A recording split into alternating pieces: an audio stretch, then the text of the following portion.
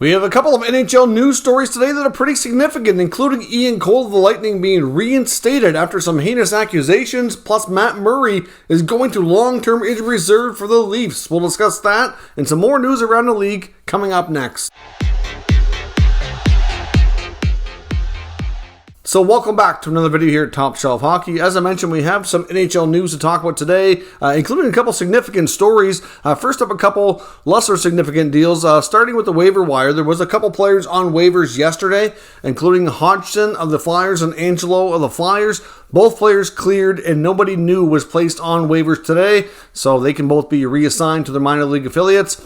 And we don't have any other waiver news to discuss for now until additional players are on there down the road. Of course, we also got a few other items from around the league, including a couple notes out of Montreal. They are taking a first-round pick from 2022, Philip Mesar. He had been assigned to the American Hockey League. He's now been officially loaned to the Ontario Hockey League to play for the Kitchener Rangers. Of course, we already talked about the fact that this was a real possibility to get Mesar into the right spot to really be beneficial for his development, have the best chance of really playing at a high level, getting top line minutes, power play, just kind of really being able to take things a step forward. And this is probably the best spot for him. Now, because he's from Europe, he was eligible to play in the American Hockey League, but like I said, they had already made it known that they were considering this. Shouldn't come as a huge surprise. Now, of course, the Montreal Canadiens are once again in action again tonight, and Jonathan Jerard will be drawing in to the NHL lineup. Of course, Jerard was a healthy scratch for the first couple of games,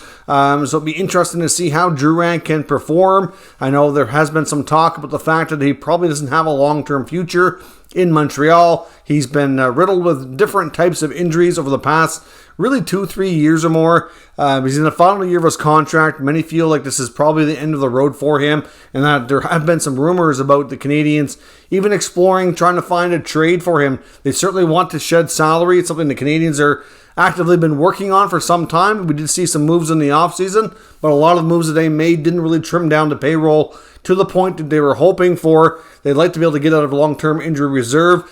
If they can, of course, they have Carey Price's contract on that right now, which allows them to spend over the cap, and it's certainly not a place they'd really like to be, but over time it's going to take a little while to do that, and a player like Jerard is going to have to play and show that he has something to give in order to generate interest from around the league. Even if they retain half of his cap hit, it's still like over $2.5 million or more for another NHL team for a player who's been inconsistent and really, like I said, hasn't played a ton in the past couple of years. So it'll be interesting to see how he does tonight and if they can kind of create an opportunity for him to get moved along. It certainly appears to be something they're very much interested in doing. And another player been demoted to the AHL, and that's Andreas of New Jersey.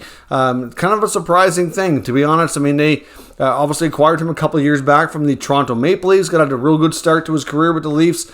Looked like he was going to be a big part of the plans there, but of course we know every year, the last few years especially, during COVID, during the flat cap era, the Leafs have had to shed salary every year, and he was a cap crunch victim, you could call that, a couple of years back, and started off decent in New Jersey, and he's kind of fallen off. A lot of forwards there have passed him on the depth chart, and now he finds himself going to the minors for the first time in a while. So be interesting to see how this impacts his career and kind of where he takes things going forward. Now, on to the other bigger news of the day. Lightning defenseman Ian Cole, who was suspended by the team until the investigation could be completed about the pretty heinous accusations that surfaced on Twitter a few days back, has been reinstated. The NHL has had a chance to interview him on 2 different occasions. I will show you here the copy of the statement that the league put out earlier today, but essentially they've gone through everything that they were able to, and they can't find any evidence to support these claims. Like I said the other day in one of the other videos when we were talking about it, waiting for updates, these are some pretty serious accusations, and there's been multiple things about Cole that's been brought up, and obviously nothing substantiated, but at the same time, like in the case of this, like if they don't, the people that are accusing them, if they're just making social media posts and they're not going to the authorities and the cops and filing lawsuits or anything like that, pressing charges, it makes it really difficult to have any evidence put forward to really kind of get anything done about it. So at the end of the day, I guess we're going to have to go with the assumption that for right now, he's kind of considered innocent by the NHL based on the fact that they can't support the claims. But we'll see if anything further comes from this. But the fact that he's been reinstated will allow him to continue pursuing his NHL career. He'll be able to join the Tampa Bay Lightning and get into game action. And like I said, I don't know if we're going to hear any more about this or not. They consider this a closed deal at the NHL level, but unless the accusers take it a step forward and actually, go to the police or anything of that nature and present something more substantial, then I don't see there really being much of anything going forward. I mean, this all came together pretty quick. I'm kind of surprised we already have an outcome. Now, I understand the case of like dealing with the Hockey Canada stuff and the World Junior team from 2018 and all that stuff. That's been dragging on for several months, and we still don't really have any clarity on if anything is going to be done about any players to do with that or what exactly took place. We know there was no charges pressed at the time. Police investigated it, kind of dismissed things.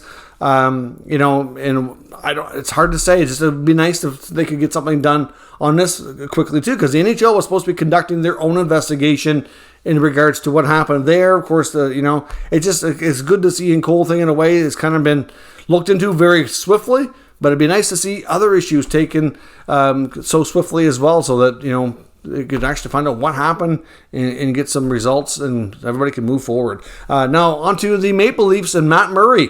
Matt Murray had something with his groin area tweaked this morning, and it's kind of a bizarre situation. And it sounds like he had some discomfort.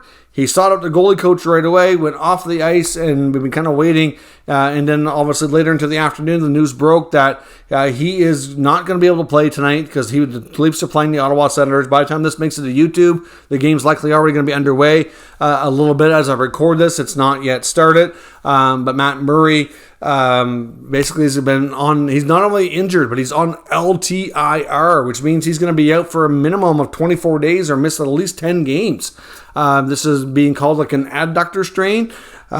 This is what was so frustrating for Ottawa Senators fans, and I can attest you to this being one myself and somebody who watches, I watch tons of hockey, obviously, but I always pay extra close attention to them. And Matt Murray had his moments in the last couple of years where he was a good goalie, and you saw glimpses of what he was like in Pittsburgh when he was winning Stanley Cups. But the second he got himself playing well and into a bit of a rhythm, something like this happened. Like, it feels like he's like made of glass or something. The guy just can't stay healthy. And you got to wonder, he's supposed to face his former team that he was just traded from, and then all of a sudden he's injured again after having, I wouldn't call it a good start. I mean, the first game of the season, the Leafs did lose to the Montreal Canadiens. I can't put all the blame on Murray by any means. I think it was not one of his... I won't go as far as to say he was terrible, but I also won't say he was really great either. I think he could have been better. A couple of those goals he should have had. Overall, the team wasn't great in front of him. I know Samsonov obviously played against Washington, and he did, had a couple shaky moments himself, but overall they won the game. I still find it a little bit hard to believe that they put so much of their eggs in his basket, so to speak, that Murray just can't stay healthy. And this was a big part of the frustration, and now the Leafs are already getting a taste of this. Not even 3 games into the NHL season, the first week.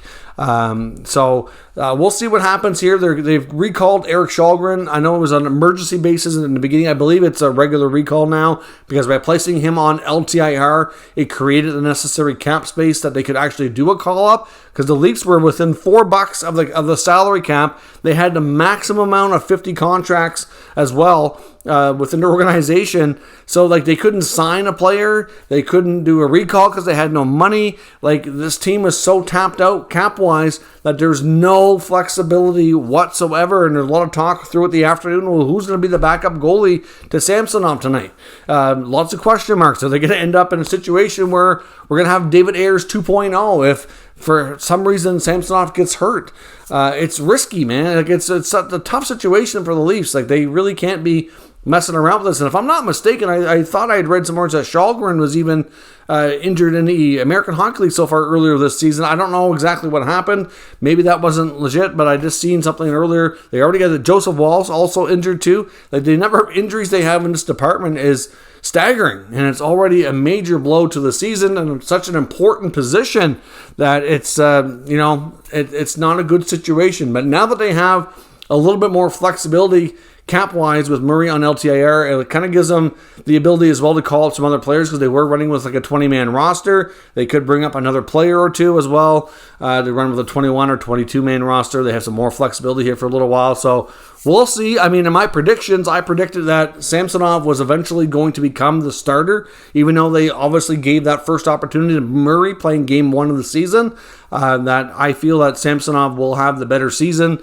He'll be more consistent health-wise, and eventually will take on the reins here and be the guy for the Leafs down the stretch. At least that's what I think. That's how things look, and we'll see. But let me know your thoughts on all of today's news down in the comments. We'll discuss further. If you're new to the channel, make sure you subscribe and stick around. We'll keep you up to date with the latest news, rumors, and analysis of all 32 NHL teams.